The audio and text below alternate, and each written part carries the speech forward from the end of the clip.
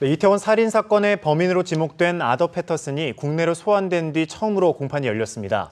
당시 사건 현장에 함께 있었던 패터슨과 에드워드 리는 여전히 서로를 진범이라며 날선 공방을 펼쳤는데요. 네, 여상원 변호사와 함께 이 사건을 포함해서 한 주간의 사건 사고 짚어보도록 하겠습니다.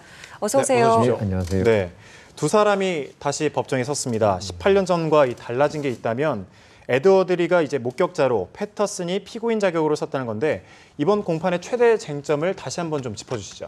지금 말씀하신 대로 결국은 지금 패터슨의 범죄에 대해서 같이 있었다는 지금 에드워드 리가 지금 증인으로 지금 나온 거 아니겠습니까? 그 현장에 있었다는. 그러면 결국은 에드워드 리의 진술, 증언의 신빙성이 있느냐 없느냐 그게 가장 큰 쟁점이죠. 만일에 지금 에드워드 리가 같이 기소되어 있다면은 에드워드 리가 자기의 그 무죄를 갖다 주장하기 위해서 허위 진술을 할 가능성이 있지 않겠습니까? 네. 근데 이 사건에서는 지금 에드워드 리는 무죄가 확정된 상태이기 때문에 과연 에드워드 리가 거짓말을 하면서 패터슨이 진범이 아님에도 진범으로 몰아갈 가능성이 있느냐? 그 부분이 가장 큰 쟁점이 될 것 같습니다. 이 앞으로 사건의 진실을 가려내기 위해서는 뭐 여러 가지 절차가 좀 필요할 것 같은데 어떻게 좀 볼 수 있을까요? 제 생각에는 지금 결국 에드워드 리의 그 진술, 이 부분의 신빙성이 과연 제일 중요하고요. 그다음 두 번째, 처음에 그 에드워드 리가 그 패터슨이 살인죄로 기소 안 된 이유가 이 피해자가 패터슨보다 키가 컸다. 그래서 칼로 위에서 찌르기에 좀 부적합하다. 이게 큰 증거였거든요. 그런데 이번에 그 피해자가 그때 백팩을 메고 있었던 게 드러나면서 백팩을 당기면은 칼로 위에서 찌를 수 있다. 그 부분이 그 중요한 또 하나의 쟁점이 될 것 같고요. 그다음 또 하나가 이 패터슨이 18년 전 당시에 미국 범죄 수사대 CID에서 조사받을 때 자기가 죽였다는 말을 했다는 걸 들었던 CID 요원의 말이 있습니다. 그러면 과연 그 사람을 증인으로 지금 안 그래도 우리나라 검찰에서 그분을 미국인이죠. 한국 법정에 증인으로 세우는 걸 지금 교섭 중이라는데 과연 그 사람을 한국 법정에 증인으로 세워서 신문할 수 있을지 그게 아마 중요할 것 같습니다. 네. 이 당시의 사건을 좀 입증하고 뭐 증거 같은 거를 이제 입증하는 과정에서 만약에 에드워드 리가 범행을 했다고 드러난다고 하면 그래도 이미 아까 말씀하신 것처럼 무죄로 드러났는데 일사부재리 원칙에 의해서 만약에 진범이 맞다고 해도 좀 처벌은 못하는 게 아니지 않습니까? 그렇죠. 한번 무죄 확정된 사건에 대해서는 기소를 할 수 없다는 게 형사소송법에 규정되어 있고요. 또 하나 문제는 다시 일사부재리가 없다 하더라도 공소시효가 이미 만료됐죠. 여기 대해서는. 그렇기 때문에 에드워드 리는 이 사건 재판 과정에서 유죄로 뭐 진정한 살인범이 드러난다 하더라도 처벌하는 것은 불가능할 것 같습니다. 또 일각에서 이제 나오는 얘기는 증거 불충분으로 풀려날 가능성이 패터슨에게도 있을 수도 있다라는 부분이거든요. 이 부분은 어떻게 보세요? 그러니까 아까 그 에드워드 리가 무죄 받은 똑같은 사유죠. 그러니까 그 에드워드 리의 진술에 신빙성이 없다. 도저히 믿을 수 없다. 이렇게 되면 지금 다른 증거는 아까 제가 말씀드린 그 CID 요원의 진술이라든가 그다음 그 칼로 찌를 때 방향 이런 건데요. 그거는 사실 간접 증거거든요. 근데 에드워드 리 진술이 믿을 수 없다. 이래 되면 누가 죽인지는 둘 중에 하나는 죽인 건 맞지만은 누가 죽인 건 모를 때는 둘 다 무죄를 할 수밖에 없는 거죠. 그렇기 때문에 패터슨도 무죄의 가능성이 있는 거죠. 네, 아직은 뭐 좀 진행 중인 건이라 조금 조심스러운데 이 피해자 고 조중필 씨와 유족들의 억울함을 풀어주기 위해서 검찰과 재판부가 어떤 점에 좀 주안점을 둬야 된다고 보십니까? 그러니까 아까 계속 같은 이제 그 말인데 에드워드 리가 이렇게 그 패터슨을 진범이라고 진술하는 데 있어서 그게 아주 믿을 수 있고 신빙성이 있다. 그러니까 에드워드 리가 자신의 무고함 그걸 말하기 위해서 패터슨에게 죄를 뒤집어 씌우는 게 아니다. 이런 걸 갖다가 밝혀야 되고요. 그다음 에드워드 리가 있죠. 아니라면은 패터슨이 진범이 될 수밖에 없는 어떤 객관적 사정, 그 당시의 범죄의 상황을 잘 검찰이 입증해야 될 거고 재판부가 입증하는 건 아니니까 검찰이 열심히 해야 될 것 같습니다. 자, 다음 소식도 좀 짚어보겠습니다. 프로 야구 선수들의 도박 문제 수사가 좀 확대되고 있는 것 같은데요. 그동안 저희가 이제 알고 있기로는 삼성 선수들만 도박을 했다 이렇게 알고 있었는데 지금 얘기가 나오는 거는 다른 구단 선수들 이야기도 나오고 있더라고요. 예, 그러니까 지금 뭐 이 찌라시인데요. 예. 야구 전문 뭐 이렇게 찌라시 M탁이라는 데가 있습니다. 거기에서 지금 한 6명 정도 더 있다고 그러는데 요거는 근데 그 출처가요. 예. 그 마카오에 있는 카지노 종사자의 말에 의한 거라서 예. 과연 신빙성이 있는지. 예, 그리고 근데 제가 이제 그 6명 명단을 한 봤거든요. 네. 예. 근데 이 6명이 공교롭게 전부 다 그렇게 성실하고 야구에만 집중하는 아주 좋은 선수들로 돼 있거든 지금요. 아, 평판이요? 보면. 예, 평판이. 예. 과연 이런 선수들이 과연 그 했겠냐? 진짜 찌라시가 아닐까? 앞으로 이제 검찰 수사를 봐야 되겠죠. 네. 아무래도 좀 사실 아니었으면 좋겠는데 네.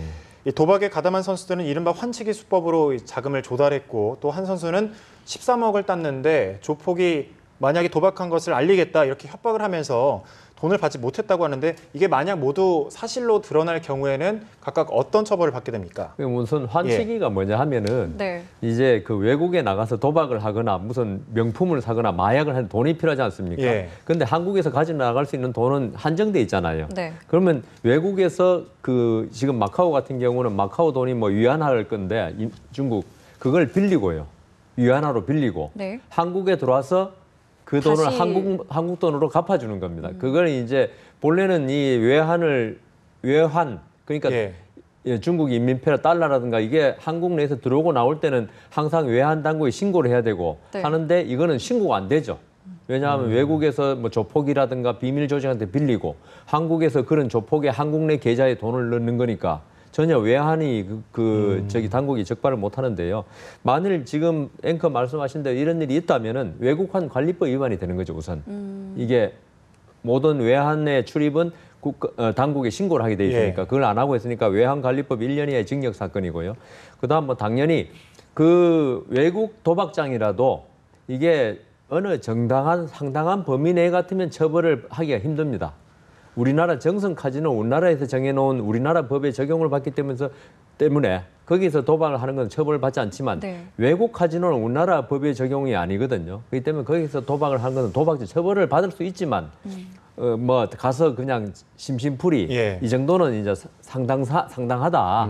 그거는 처벌 가치가 없다 하는데 만일 지금 나오는 것처럼 10억, 13억 이러면 이거는 도박이라고 볼 수밖에 없기 때문에 예. 도박죄로 처벌받을 수밖에 없고 그다음 조폭들이 지금 13억을 줘야 되는데 안 줬다 협박해가지고 그거는 뭐 당연히 협박죄, 공갈죄로 처벌받아야 되는 거죠. 조폭들은. 예. 그리고 한 가지 더 말씀드리면 이 선수들이 13억을 조폭한테 받을 게 있다. 네. 그런데 안 준다. 우리나라 법원에 13억 달라고 청구해도 이거는 기각됩니다. 받을 수 없습니다. 불법원인 급여라 그래가지고. 예. 굉장히 많은 것들이 좀 섞여 있군요. 자, 그리고 마약과 관련된 이야기도 좀 짚어보고 싶은데요. 네. 마약의 반입이 굉장히 좀 교묘해지고 있다라는 이야기들이 많은데 네. 얼마나 교묘하길래 대체 걸리지 않는 건가요? 이게? 뭐 예컨대 뭐 컨테이너에 커튼치기. 네. 컨테이너 안에다가 이렇게 뭐 다른 물품 수입한 것처럼 해가지고 거기다 밑에 칸에다가 그걸 섞고 그다음 커튼을 치고 아. 뭐 이런 수법이 있고 그다음 마약 지금 우범자들 있지 않습니까? 예. 이런 사람들에 대해서는 세관 당국에서 밀착 감시합니다. 한국에 들어오고 나갈 때.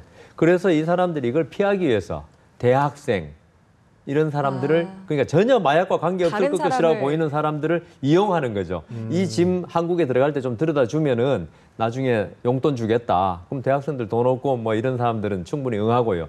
그걸 좀 알면서도 만약에 그때 잡히게 되면은 그 사람들도 처벌을 그러니까 받게 그걸 되는 건가요? 알고 그게 마약이라는 거 알고 그 도움을 줬다면은 마약 수입 방조죄 이렇게 아. 처벌을 3년 지금 양에 따라 다른데요. 마약 네. 양에 따라서 상당한 양을 수입해서 그 도움 줬으면 3년에서 5년까지도 실형을 받게 되니까 이 젊은 대학생들 네. 물론 용돈이 공하지만은 모르는 사람이 내 짐 좀 들어주라 할 때는요 절대로 응하면 안 됩니다. 그러게요. 그러니까 네. 그렇게 만약에 모르고 마약을 운반했다고 하면 그 사람도 뭐 처벌을 받습니까? 모르고 운반하는 데 대해서는 처벌하긴 힘드는데 예. 근데 법원이나 검찰에서는 그 모르는 사람한테 짐을 들어달라 해가지고 할 때는 거의 안다고 추정되기 때문에 그리고 나중에 그게 마약으로 드러나면 그건 처벌을 받을 수밖에 없을 것 같습니다. 예. 네.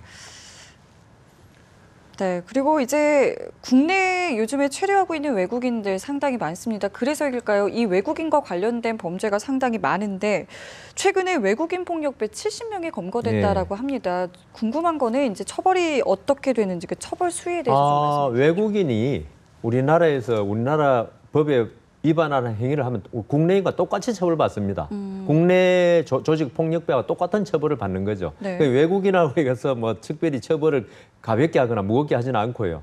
다만 외국인 그 폭력배 중에서 가담 정도가 좀 낮은 사람들, 뭐 행동대원이나 이 정도 되겠죠. 네. 이 사람들에 대해서는 보통 법원에서 집행유예를 하면은 외국인 범죄 이 국내법 위반으로 집행유예를 받으면 보통 추방하게 됩니다. 그렇기 때문에 그 뭐 따로 특별히 외국인하고 뭐 처벌이 가볍거나 달리 예. 하지는 않습니다.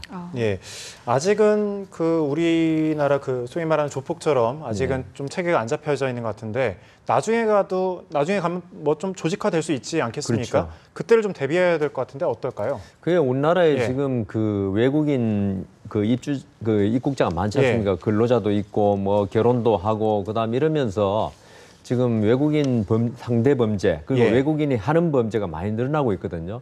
그런데 특히 마약하고 폭력배가 문제거든요. 그 여기에 대해서는 국제사법공조 통해서 중국이나 그 뭐 필리핀 통해서 그 우범자 리스트를 우리 사법 당국이 제공받아서 네. 그 사람들이 들어올 때 입국 거부를 하거나 당신들은 우리나라의 공익을 해칠 우리가 있다 출입국 관리법에서 입국 거부하도록 돼 있습니다. 입국 거부를 하거나 설사 그런 사정이 잘 안 보인다 하더라도 우범자 리스트를 받으면은 네. 이 사람들이 국내에 나와서 어떤 활동을 하는지 밀착 감시할 필요가 있다고 생각됩니다. 네, 알겠습니다. 지금까지 여상원 변호사와 이야기 나눠봤습니다. 오늘 말씀 고맙습니다. 네.